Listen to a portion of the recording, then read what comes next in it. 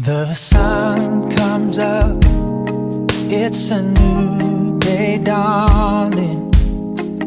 It's time to sing your song again. Whatever may pass and whatever lies before me, let me be singing when the evening comes.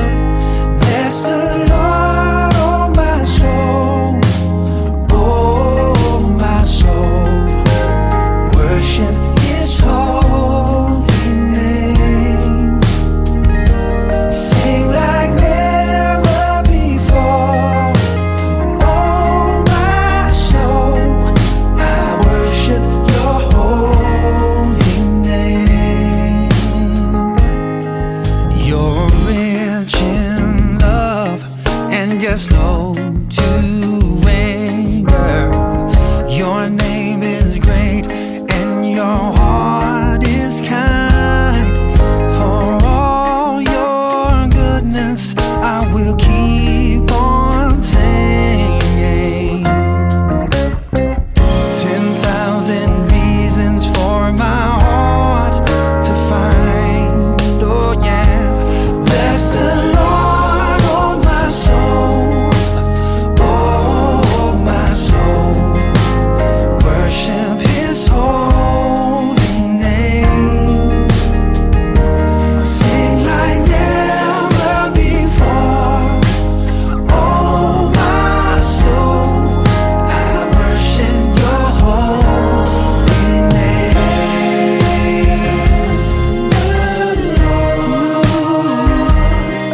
10,000 reasons for my heart to find. 10,000 years and then forever.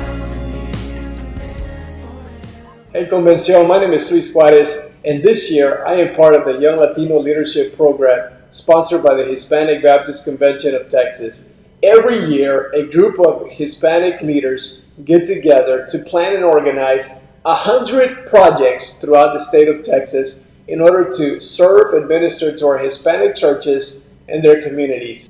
Cada año este programa de jóvenes latinos planean y organizan 100 proyectos en el estado de Texas para ministrar y servir a nuestras iglesias hispanas y sus comunidades. So thank you so much for joining us as we explore the topic of mental health in college students. You're also going to get to hear from some of our young Latino leaders and hear their stories and their testimonies, along with a wonderful time of worship from the band Union House. So we pray that this is a blessing for you, that you be edified by this conversation. Our churches, our families need to hear this message. God bless. Hey young Latino leaders, we're so excited that you are able to join us today as we begin our conversation on mental health. We just want to encourage you to trust in the Lord and join us for worship.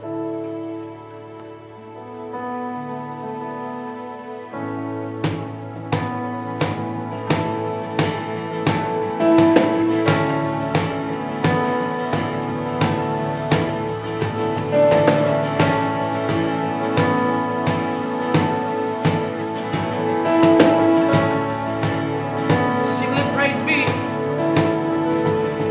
Let praise be a weapon that silences the enemy. Let praise be a weapon that conquers all anxiety. Let it rise. Let praise arise. We sing Your name in the dark and it changes everything.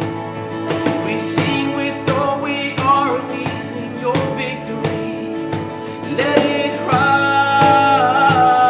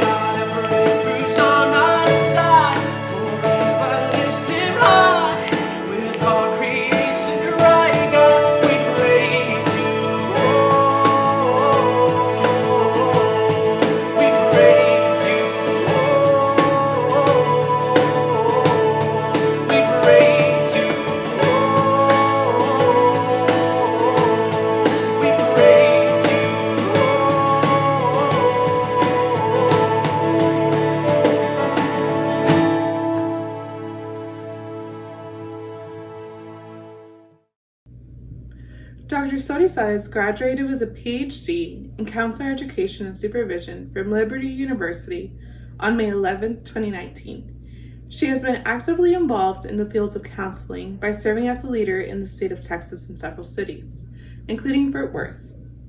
She has also been involved in advocacy for the Latino community in issues of mental health, marriage, and family counseling.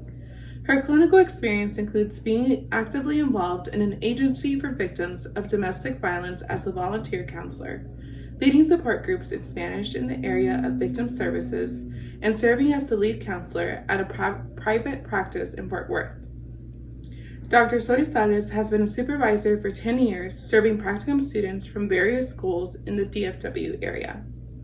In the area of teaching, she has been teaching at an undergraduate level for 10 years at a small institute in San Antonio called Christian Latina Leadership Institute.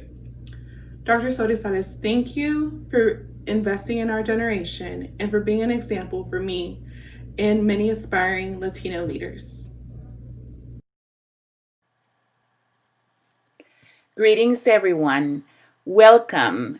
Welcome to our workshop on mental health and college Latino students. I am so excited to be here with you. My name is Dr. Soricelis Davila, and I am a psychotherapist, a licensed professional counselor with 18 years of experience, and I am delighted to be here with you. This is a topic that I enjoy very much, not only because of mental health is the field that I work with, but also because I'm a Latina and because I am also a professor at a university. And so I have learned to love our college students and especially to see the needs of our Latino college students. So for the next 30 minutes, we're going to be able to talk about these things. I know 30 minutes is not enough to talk about such a big issue and such a complex situation. But what I'm planning to do in these 30 minutes is to give you a tidbit, an appetizer, a capsule, if we could call it that way, of information that you need so that later maybe we can have a longer workshop or more discussions, or maybe we can address this with more time in a different situation. So I want to start by saying thank you to Convención, to Brother Luis Juarez, to Brother Jesse Rincones, and everyone at Convención. Thank you. Thank you first for taking the time to include this important topic in this conference, but also for the trust that you're giving me in inviting me to address this issue. So I want to thank everyone. And thank you to all the parents that are joining us and to all of the Latino college students. We're going to talk about many things. And if you feel that in anything that I say, you identify yourself, make a note, seek help, contact either your pastors, the convention, or even myself, because we're here to help you. So let's start. And let's begin with something that is important, which is our demographics. We cannot talk about anything else if we don't look at how the demographics provide a perspective. So in the United States, 17.6% of the population is Latino. Now, we're talking about U.S. population. However, if we look into the population from 2015 to 2016, in 1 year, we grew by 2%. Right now, we are the minority that is a majority within the population. So we need to be conscientious about our role. We are a minority, but we are the majority within a minority. And so I don't want us to minimize what we contribute in this country. Now, let's talk about the demographics in terms of college students. So the truth is that 23% of our student body is Latino. So if we're going to simplify that, that means that 23% of our student population is Hispanic. And when we look at the demographics within our universities, we have students as young as 15 years old to 24. That is our average. Now, to be honest, this is a little bit scary because when we have students who are 15, 16, 17, that developmentally they're not ready to be in college yet, but because of this new area of being rushed through academics and taking college courses in high school and rushing them to make them graduate college sooner, that is one contributing factor to depression and anxiety, which we're going to talk about a little bit later. So we need to consider age, we need to consider developmental stages as we look into these challenges that our Latino college students are facing. All right? So some of the issues that students are presenting are anxiety, depression, issues of anger, low academic performance, and suicidal ideation. And we're going to talk a little bit about each. One of the things that we need to look into is what are our students reporting? When they're reporting these challenges, they're reporting dissatisfaction because they are, some of them, it's not all of them. There is a sector of the population of our students that report that they don't want to be in college or that what they're studying is not what they want to study. Therefore, they're dissatisfied. Some of them are in that particular field because they want to please their parents. Some of them, they really don't know what they want to do, so they need more guidance. And that is one of the issues that contribute to depression and anxiety. Others are expressing distress due to the demands of college and academic work. They were not ready for that. Their expectations were different. The difference between being in high school and being in college is significant, and they were not ready for that. We have to consider also cultural and ethnic environment. Sometimes students stay within their particular area. Sometimes they move away to another town, and that creates other issues. Isolation. Many of our students feel isolated because they feel in minority within that particular university. Depending on the region, I mean, here in Texas, we have I'm going to call it a blessing, that we have a higher population of Hispanics, but not every school has a high population of Hispanics within that school. So some of our students, and when I say students, I'm going to say our Latino students. Some of our students report isolation and difficulty with interpersonal relationships. Unrealistic expectations about self or unrealistic expectations from their family members. There is a few of them that report peer pressure from the dominant white culture, but it's not every time. Definitely academic expectations is an issue. Sometimes they're ready for that pressure, sometimes they're not, and they get overwhelmed.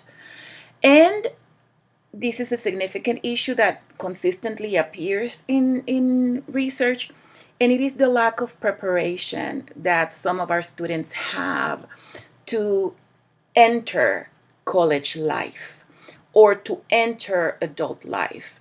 That means that they have lived at home for all their lives. Mom and dad have done everything for them, and now they're on their own in college, and so they're having difficulty adjusting. That's one sector of the population. The other sector of the population is completely the opposite. They have been the caregivers at home. They have been the ones that parents depend on, and now they are having to work full-time, go to school full-time, and take care of their families full-time. So that adds another layer of pressure. So how are we doing so far? Good? Excellent. So when we talk about mental health and this Latino college population, we need to consider what we call acculturation stress, which is a significant level of stress that is specific to acculturation issues. Getting accustomed to that particular culture, if they were in our country and they moved specifically for college, or they're living in a very culturally enclosed environment and now they're going to a college that is dominant from another culture. Sometimes the difference between being family oriented and now being in an environment that is very individualistic oriented, the separation from the family unit, and on occasion language. Why on occasion? Because we're living in a bicultural setting where at home we speak Spanish, we're more, let's say, protecting our ethnicity and our culture, but when they move to college life, to a different college, or when they're in their college, they're living in that dominant culture. So sometimes English and Spanish is easy for them. Sometimes English may be more dominant. Sometimes Spanish may be more dominant. So on occasion, we see students that are struggling with this particular issue. So what are some of the factors that contribute to certain challenges with their mental health? Immigration issues. We know about the Dreamers Act. We know about other immigration situations that could be for themselves or for their parents. We have students who are here on a visa. We have students who are still trying to legalize their particular immigration status, or we have students who have parents who are undocumented, and they are the ones who are going through the process to legalize their parents. So that in itself creates a layer of stress and anxiety and oftentimes depression because of being overwhelmed by the excess of responsibilities and taking care of school and taking care of the family. Another issue that is affecting our students is lack of financial aid because of their undocumented or their documented status, or lack of financial resources. And definitely, like I mentioned before, a lot of them have to work full-time, go to school full-time, help the family, and take care of other things. So we have those challenges. Sometimes we need to consider barriers to accessing mental health services. One of the barriers is stigmas, and we're going to talk about stigmas later on in our conversation. Lack of services available for Spanish-speaking only students. Definitely cultural services. Sometimes there is a shortage on bilingual mental health professionals. And so these are things that we need to consider when we're trying to help a student. Now, one of the things that I want everybody to know, professionals, pastors, parents, is that it is very common to blame the student for these things. And I want us to flip the coin. And instead of blaming the student, let's hear the student. Let's hear their heart without blaming, without judging, without adding additional pressure, without telling them, oh, when I was your age, I did it this way, or no, I mean, I didn't have this opportunity, you should do it. As much as all of that could be true, I think we need to lower a little bit the pressure and hear what is it that is affecting each particular student, because each student is going to face one particular set of challenges that are leading to depression or anxiety. Now, how does that look like in a student? Let's start with depression. I want to create some awareness that specifically for Latinos, there 30% of our Latino population in our colleges are depressed. That is a very alarming statistic.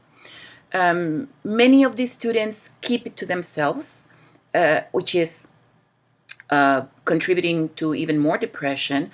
They isolate themselves. They don't feel that they can have anyone who would understand. So keeping these to themselves increase the levels of depression. So I want us to be aware that depression does happen to our students, that is legitimate, and that it is important that they find support and someone to hear them. So let's continue then talking about what depression is, so that if you're a student and you're identifying these signs and symptoms, you know when to seek help. If you're a parent, then if you identify these symptoms, please seek help. If you're a pastor, a minister, whoever you are close to that person, if you can see these signs, it is important to seek help. So let's talk about what depression is, okay? What it is and what is not. Depression starts with a depressive mood, which is most of the day, nearly every single day, for a minimum consistently of 2 weeks. So this is not, I feel good today and I feel bad tomorrow, and like I hear a lot of times, oh, I have the depre. No, it's not like that. Okay? It is a depressive mood most of the day, nearly every day or all day, where you feel sad, you feel empty, you feel hopeless, and not only you feel that way, but you are observed. Others observe you being that way. Sometimes you cry, sometimes you're tearful, you have a sad affect. Definitely that's a main, that is the primary symptom. Now, that's not the only symptom, okay? If in English, it's easier to identify with the acronym SAD.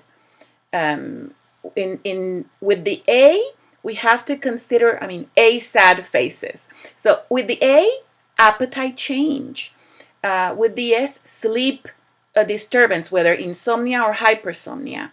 Anhedonia. Anhedonia is complete loss of interest, complete loss of motivation.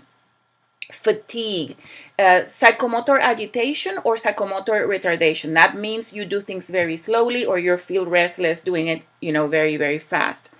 Definitely difficulty concentrating and difficulty focusing, which is one of the reasons why students begin to lower their grades, because they cannot focus, they cannot concentrate, they cannot sustain attention. Low self-esteem, sometimes inappropriate feelings of guilt, and thoughts of death or thoughts of suicide. Now, when this happens, again, every day, nearly every day, most of the day, all day, for 2 weeks, don't wait. Just go seek help. I would even say if you have these symptoms for 1 week solid, every day, all day, go seek help. We don't need to wait, especially if you're having thoughts of death.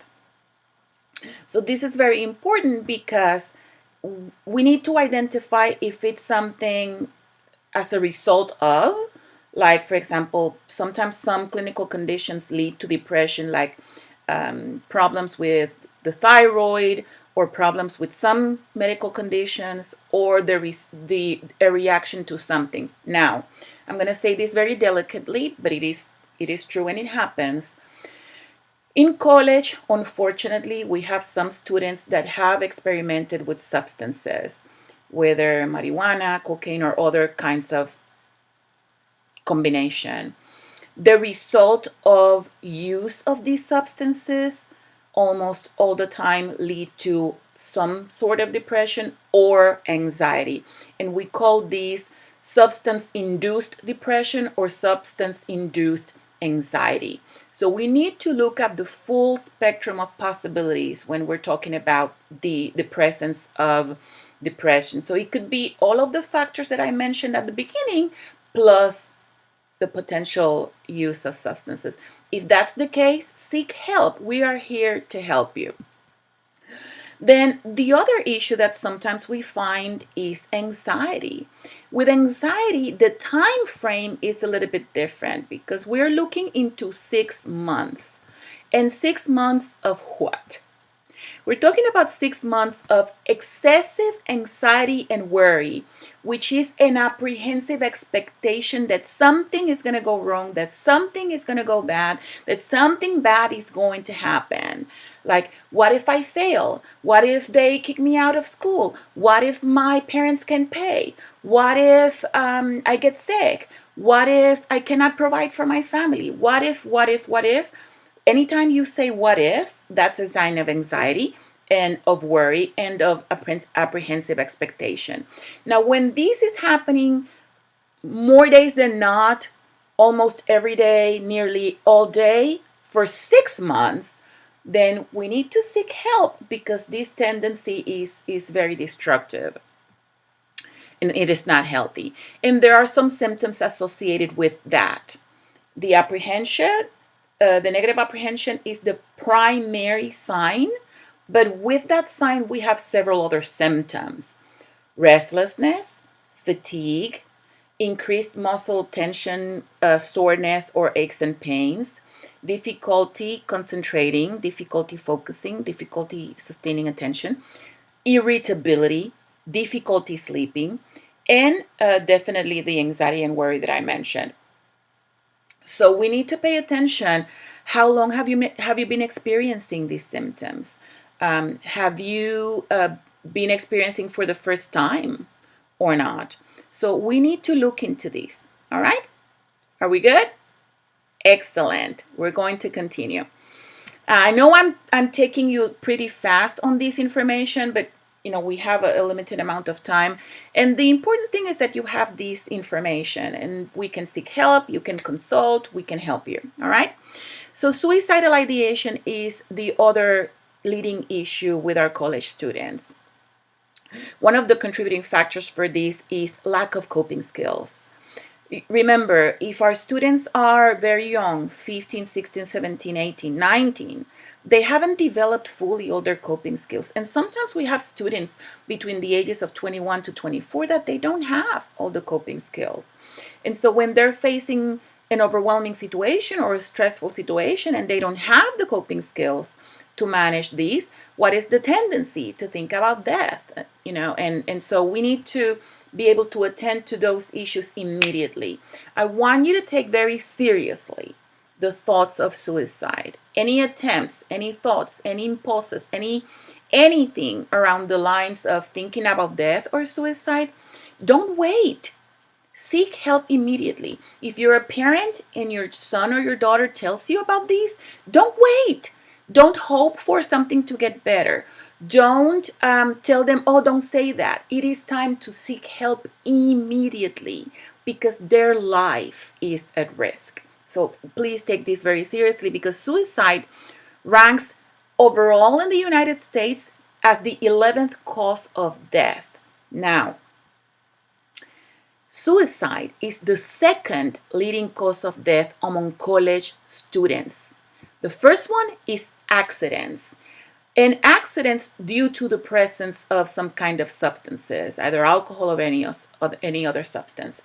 And the second is suicide. So we need to prevent that from happening and we need to protect the life of our students. And in the case of the Latino population, when compared to white and black students, they report more suicidal behavior than any other. So I want you to please take these tendencies very seriously and seek help. All right? So we need to continue and we need to talk about their fear. Oftentimes when students are facing these challenges, they are afraid. Afraid of what? Afraid of failing and afraid of disappointing their parents. Oftentimes, this fear leads students to lie to their parents and make them believe that they're going to school and they go to school, but they don't enter classes or they don't submit their courses. And it is not because they're doing it on purpose. It is oftentimes because they are lost. They're afraid. They don't know what to do. They don't have any guidance. They don't know how to manage their overwhelming feelings. And they are afraid that their parents are not going to understand or that their parents are not going to support them in helping them seek the help they need to overcome these challenges.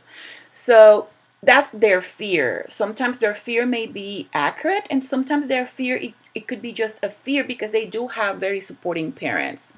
So we need to make sure that we provide all the help that we need to provide. Now, what can we do? Like I said before, let's not judge and let's not blame. Why?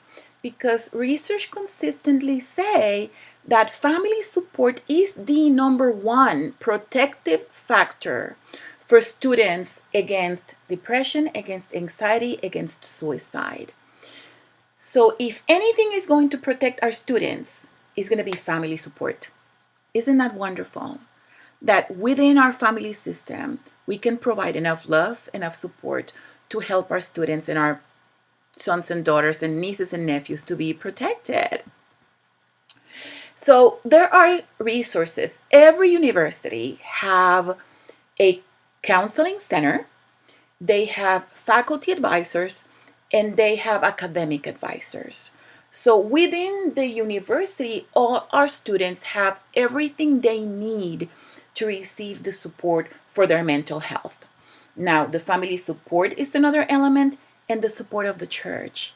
The church has a big role here as well. Not only the pastors, but also the youth ministers, the college student ministers.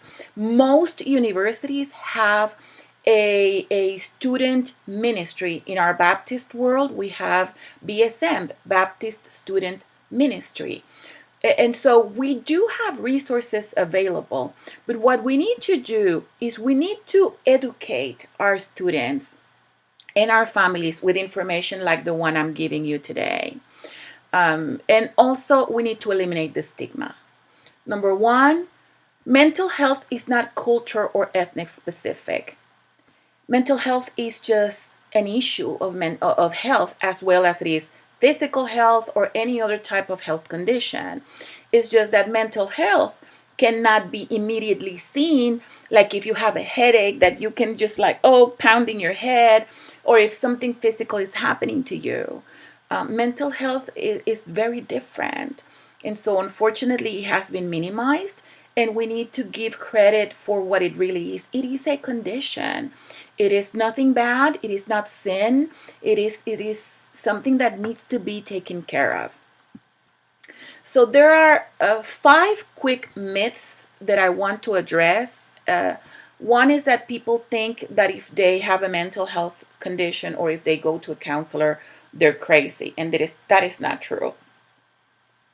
If you were diabetic, you would go to the internal doctor. If you had a situation with the foot, you would go to the podiatrist. Then if you have an issue with depression or anxiety, we go to the counselor, to the psychologist, to the psychiatrist, because it is a need like any other health need. Sometimes, and it is not every time, but sometimes there is a need for medication, and people are against medication because they say it's going to make me an addict. And that is not necessarily true. If medications are taken as prescribed, then there is less risk of addiction. It can create the potential for addiction when it's not taken properly, when it's not taken as prescribed, or when it's taken without the knowledge of how it should be taken. But that's not true for everybody. We need to be very specific about that. Another myth is that our culture specifically say, well, we don't tell anyone what we're dealing with. Well, that's what leads to suicide, when we don't tell anybody that we're going through depression and we need help. So let's just be conscientious about our needs, and we can voice our needs. In terms of counseling and psychotherapy, our work is strictly confidential because our licensure also requires total confidentiality unless there is a risk of homicide, suicide, or sexual abuse of minors. So we're going to talk about this in confidentiality.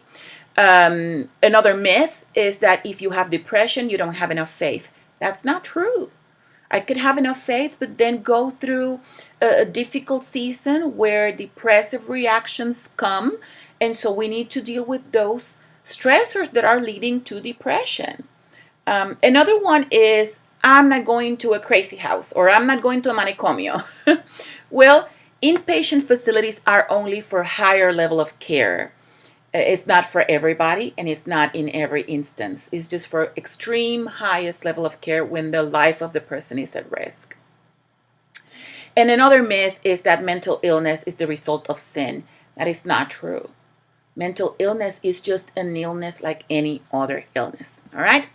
So What are the treatments for these kinds of conditions? The first one is counseling and psychotherapy. 80% of the cases, we don't need medication. We can solve the situation with counseling and psychotherapy. Now, there is a 20% average of need if we're dealing with more chronic conditions, like if it's a bipolar disorder or a schizoaffective disorder or schizophrenia or any other type of more chronic condition that will require medication. But those, in terms of our college students, it is a less tendency from what we see. Definitely, spiritual support is considered a significant protective factor. Positive social support from the family and from friends of the family. The correct medication management when medication is prescribed. And the natural resources, which is eating healthy, exercise, sleeping well, your 8 to 9 hours, exposure to sunlight, positive social support, water. We need to be hydrated. So those are vitamins, vitamin B, vitamin D. Those are natural things that will help protect our health. The role of the family here is important. Like I mentioned before, the family support is the number one protective factor. What can we do? Listen. Let's listen to our students. Let's listen to them without judging them, without blaming them, without interrupting them, without reading their minds. Just listen to them with empathy, with love, with compassion. And to the students, I tell you, talk. If you are able to talk to your parents, please talk to them. If you are not able to talk to the parents, then talk to your minister, to your pastor, to a professional, to your counselor at school. But don't keep it to yourself, because keeping it to yourself will only make it worse in terms of enhancing all of those thoughts that need to be processed out loud.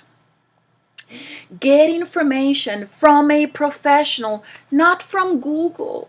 I have respect for the benefits of Google, but please, when it comes to mental health, like any other health condition, let's go to the professional who is already trained and credentialed to handle these specific health issues. All right? And just seek professional help. The sooner, the better. All right? And so we talked about the role of the church, and I do want to speak to everyone. The church, the family, the friends, everyone. Let's take our students seriously. They're not making this up. When they tell you that they're having difficulty focusing, when they're having difficulty with grades, when they're having difficulty adapting, it's because they're having difficulty. So listen to them. I want to leave you with these. Information is key. Information is key to help us seek the help we need. But also scripture, staying connected to the church, staying connected to the Lord. One of the challenges that students face when they leave home to go to college, or when they leave high school to go to college, is that sometimes they separate or move away or stray away, or just call it whatever you want. They just leave the Lord, or are not as consistent in nurturing their spiritual life. That's the moment where you need to stay close to the Lord. Be connected with the student ministry at school. Stay connected with your church. Stay connected with a godly mentor. Just stay connected to the Lord, because that is the number one protective factor above all things, above all family, above all everything. The Lord is first. So I encourage you to stay connected with the Lord, stay connected with the family, with your church, with your friends, with everyone, because your life is valuable and you need to be protected and you need to be safe. So that is all for now. It's been a pleasure sharing this information with you. It is my prayer that if you're in these situations, that you would seek help. If you know of anyone in these situations, that you would seek help for them.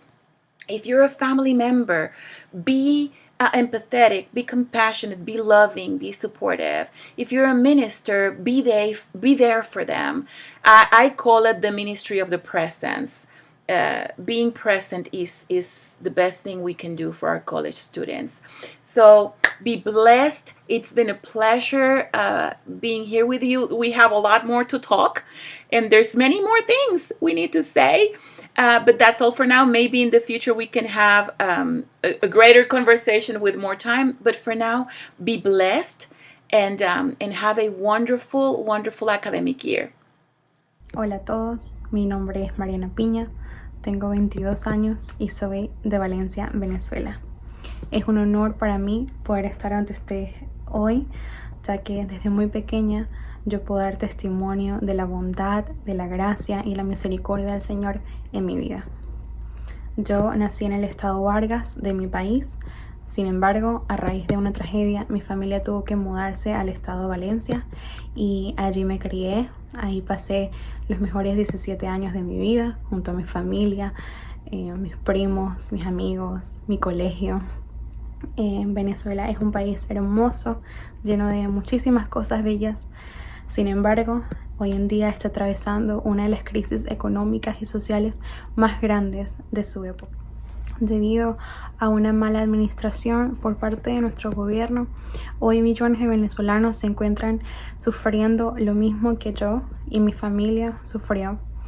La falta de productos alimenticios, la falta de seguridad, la falta de libertad. En el año 2014 se iniciaron lo que se conoce comúnmente en Venezuela como las guarimbas o protestas. De verdad que mi familia atravesó momentos horribles, fuimos víctimas de acosos, de secuestros, de maltratos. Y gracias a la misericordia de Dios hoy estamos todos bien. Sin embargo, esos momentos hicieron que tomáramos decisiones muy difíciles. Entre una de ellas, la decisión de tener que abandonar mi país. En el año 2015, finalmente me gradué de secundaria y estaba lista para tomar el mundo. Estaba lista para todos los retos que se venían, pero el Señor tenía otros planes, ya que lamentablemente no pude continuar mi educación en Venezuela, sino que me trajo aquí, a Dallas, Texas.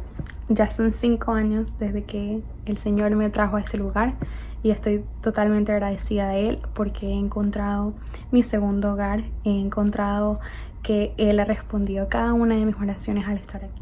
No fue sencillo el haber llegado a este país yo sola.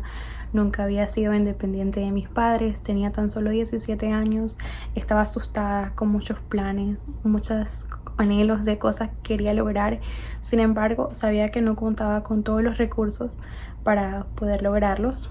Incluso el idioma, no hablaba todavía, no dominaba perfectamente el inglés, pero el Señor fue fiel. Y en cada paso Él me aseguraba de que estaba conmigo. Yo estaba haciendo todo lo posible para lograr entrar a la universidad por la que tanto había orado. Sin embargo, ya que venimos de un país en el que las finanzas no estaban muy bien, no teníamos los recursos necesarios para poder acceder a esa universidad. Y yo sentía que cada una de las puertas que se cerraban tenían que ser el enemigo, ya que yo le había dicho al Señor que era lo que quería y Él no podía decirme que no. Eso era lo que yo pensaba y creo que hasta ese momento no le había dado full control al Señor de mi vida, sino que le decía: Señor, aquí está, te entrego el volante, llévame tú, pero siempre y cuando yo pueda leerte las direcciones, darte el GPS. Pero las cosas realmente no funcionan así. Hasta que un día estaba en mi cuarto, estaba un poco quebrantada porque los planes que tenía no se estaban dando. Estaba siguiendo por fe sin saber hacia dónde iba. Y el Señor me dijo: déjame finalmente soñar por ti. Déjame ser yo el que ponga los deseos en tu corazón. Déjame ser yo el que te conteste y tú simplemente escucha y sigue, obedece. Y así fue.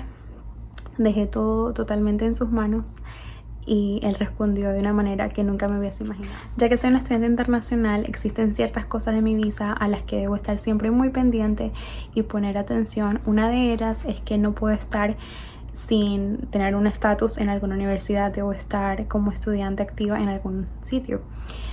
Luego de haberme graduado de uno de los programas que había hecho, tenía un plazo para saber qué era lo siguiente. Y le dije, Señor, no tengo ni idea de lo que sigue. Estoy totalmente dispuesta a lo que tú quieras, pero necesito que sea un poco rápido porque ya se me iba a vencer el tiempo. Lo dejé todo en manos del Señor y en un par de días, a través de mi pastor y de mi hermano, escuché acerca de una universidad y ellos me animaron a que aplicara. Yo apliqué todo online, nunca visité la universidad antes de hacer todo ese proceso porque realmente no tenía mucho tiempo. Y le dije al Señor, voy a orar por esto, pero la verdad creo que va a ser un paso de fe grandísimo. No tengo ni idea de cómo voy a pagar por esta universidad porque a esas alturas tampoco tenía los fondos para hacerlo. Pero el Señor me dio una paz, me inundó de paz y me dijo, tú estás aquí con un propósito, recuérdalo. Y yo me aferré a esa palabra, apliqué y en menos de 2 días ya había escuchado que me habían aceptado en el programa de psicología. Y yo dije, bueno, lo siguiente es simplemente saber cómo voy a pagar esta universidad ahora. Hablé con la gente de Financial Aid en la universidad y ellos me explicaron acerca de todas las becas, todas las oportunidades que tenía, cómo podía hacerlo. Y con muchísima fe yo apliqué a todo lo que parecía poder ser posible, a todo le puse mi nombre. Me esmeré muchísimo porque esto era lo que yo quería. Y el Señor respondió. El Señor sabía los planes que tenía para mí. Él sabía desde que yo estaba aún en Venezuela en medio de las protestas y las cosas. Él sabía que me traería a esta tierra y me dijo, no te rindas. Déjame soñar por ti. Déjame hacerlo por ti, que yo haré la obra. Recuerda que estamos en el momento indicado, en el momento para que Él nos ha llamado y nos ha escogido y tú eres parte de eso. Muchísimas gracias por estar aquí esta noche, espero que sea de bendición. Le doy muchísimas gracias a Dios por dejarme ser parte de este proyecto y espero que bendiga sus vidas también muchísimo más.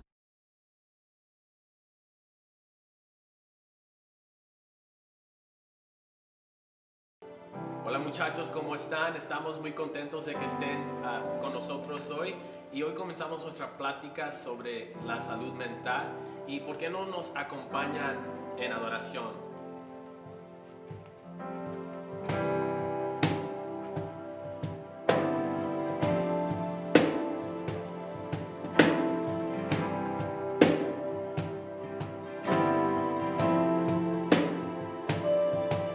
Cuando la oscuridad me quiera ahogar y mi gozo intenta hoy robar, en medio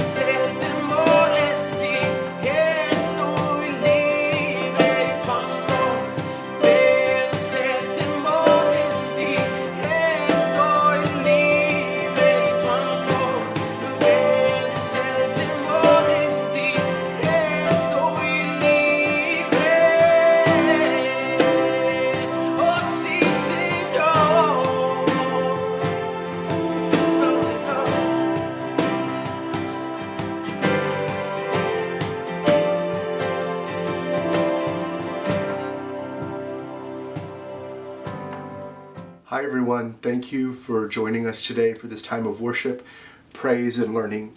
We hope that this program has been a great blessing to you and that you take what Dr. Davila has imparted upon us and apply it into your walk with Christ. On behalf of the Young Latino Leaders Group, we want to say thank you again for your time and joining us today, and we hope that this learning was fruitful and beneficial to you, and just once again want to say God bless you, and we hope to see you next time. Hermanos, muchas gracias a todos por unirnos hoy en este tiempo de alabanza, adoración y enseñanza. Espero que este programa fue de grande bendición para ustedes y que tomen lo que nos impartió Dra. Davila hoy en sus senderos con Cristo. De parte del grupo de Young Latino Leaders, les queremos decir otra vez muchas gracias por unirnos hoy y que Dios les bendiga ricamente. Que Dios les bendiga, que les vaya bien. Adiós.